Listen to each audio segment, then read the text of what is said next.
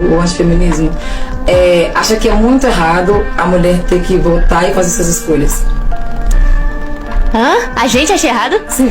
Não acho errado a mulher votar, até porque, pô, é maneiro, né? Inclusive eu fui candidata a deputada estadual aqui no Rio de Janeiro, tive orgulho do meu voto, votei no Bolsonaro, votaria de novo, ai que sonho, mas enfim.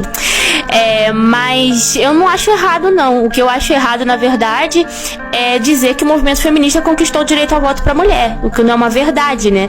Então é só isso mesmo, eu não acho errado, não. Porque assim, a conquista do voto é uma luta das mulheres.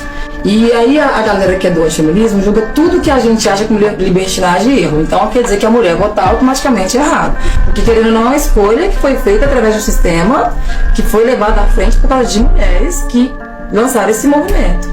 A gente tem o quê? O Brasil tem quantos anos? Brasil, 500, 600 anos? 500 e poucos anos. A mulher só pode votar há 90 anos.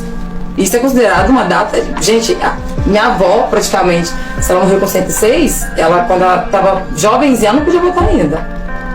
E no caso, no que tu acredita que isso... Se não fosse a luta do feminismo, ao movimento feminista. Se não fosse a luta do feminismo, em partes, mulheres não poderiam votar nunca. Porque isso foi um direito adquirido. A gente não tinha direito de voz, a gente não tinha direito de expressar. Aí entra essa questão de feminismo e feminismo negro. Por quê? Aí tem essa vertente. Para as mulheres poderem ter o direito de voto ou de escolha e ter um CPF e não depender de um marido ou de homem para poder fazer as suas escolhas, foi uma luta muito foda.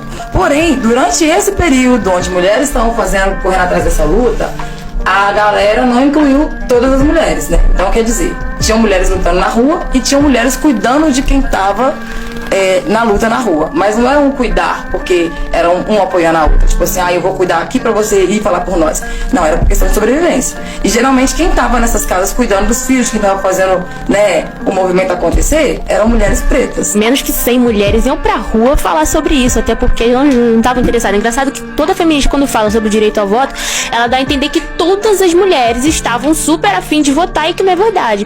Por exemplo, você sabe me dizer aonde foi a primeira reunião feminista pra falar sobre isso? Então, eu nasci em 88. Então, mas você é feminista, deveria saber sobre isso. Então, a primeira reunião foi numa igreja metodista chamada Wesleyana, onde Lucrécia Monte Elizabeth Staton reuniu cerca de 300 pessoas, inclusive homens, também para saber sobre essa questão de direito ao voto, quantas delas queriam votar. E o resultado foi surpreendente, porque a maioria delas não queriam direito ao voto. Elas foram educadas para isso. Não, elas não foram educadas para isso. Até hoje, até hoje os partidos políticos, eles têm que ter 30% de vagas sendo preenchidas por mulher, não é mesmo? Você que já foi... Já é absurdo isso, né? Não, é absurdo. Não é absurdo, é porque as mulheres não querem. Eles têm que sair praticamente implorando nas ruas, falando, vamos candidatar, porque simplesmente as mulheres não estão interessadas em política.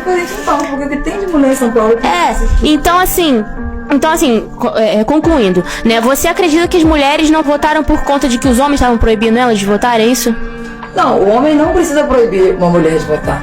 É que a sociedade, desde esse começo, nessa época que você falou, né? Porque agora a gente está em 2023, mas nessa época que você falou, as mulheres eram educadas, ensinadas a ser submissa. A pessoa submissa, ela faz o quê? Ela deixa o marido responder por elas. Vamos lá, por que as mulheres não podiam votar? Me fala, você sabe me dizer? Porque a mulher nunca foi considerada um CPF único. As mulheres não eram consideradas como pessoa. Era só parte de uma família. Certo. A mulher era pra quê? Procriar, procriar, serviço doméstico e cuidar da casa. E aí as feministas conquistaram o direito a voto. Se não fosse um movimento de mulheres indo pra rua querendo fazer isso e tendo pra ter e exercer esse direito, não só de votar, mas também de se candidatar, não ia ter essa conversa aqui. Então tá certo. Então vamos lá. Tem coisas que não estão batendo. Porque, primeiro, o direito ao voto é atrelado a um dever, que é o dever de ir à guerra. Então, os homens iam à guerra, então eles tinham o direito de votar, e muitos deles também não tinham esse direito, mesmo indo pra guerra, porque tinha também uma questão dele ter mais de 25 anos e ter uma renda de 100 mil reais, pelo menos aqui no Brasil. Pelo menos, mulher não vai à guerra, naquela época ela não ia pra guerra. Porque não precisa, exatamente. Peraí, deixa eu concluir. Elas não iam pra guerra, tá? Elas poderiam ir, mas elas não foram. Então elas não... Eu também não ia, nem hoje eu vou. Então pronto, elas não queriam ir à guerra. Então elas também não queriam votar. Então quando você fala pra mim que o movimento feminista conquistou o direito de voto, você sabe me falar pelo menos 10 feministas que morreram por esse direito? Não. Então como é que elas conquistaram isso? 10 feministas que não morreram por esse direito? Não, como assim? Não faz sentido, Ingrid. Não, claro, não faz sentido, você tá falando. Não, peraí, antifeminista, o que você tá falando? o que você tá falando. Mas antifeminista não tava militando pelo direito ao voto? E eu tô falando 10 pessoas que não morreram. Não. Falando disso. Peraí, não. O que você tá falando, velho? Tá falando? Eu perguntei. Me dá 10 feministas que morreram. Você tava falando que foram um monte de mulher que foi pra rua conquistar o direito ao voto. Quantas delas morreram por esse direito? Eu não tava lá pra saber. Você não precisa estar lá, só você estudar que você vai saber. Se fudeu.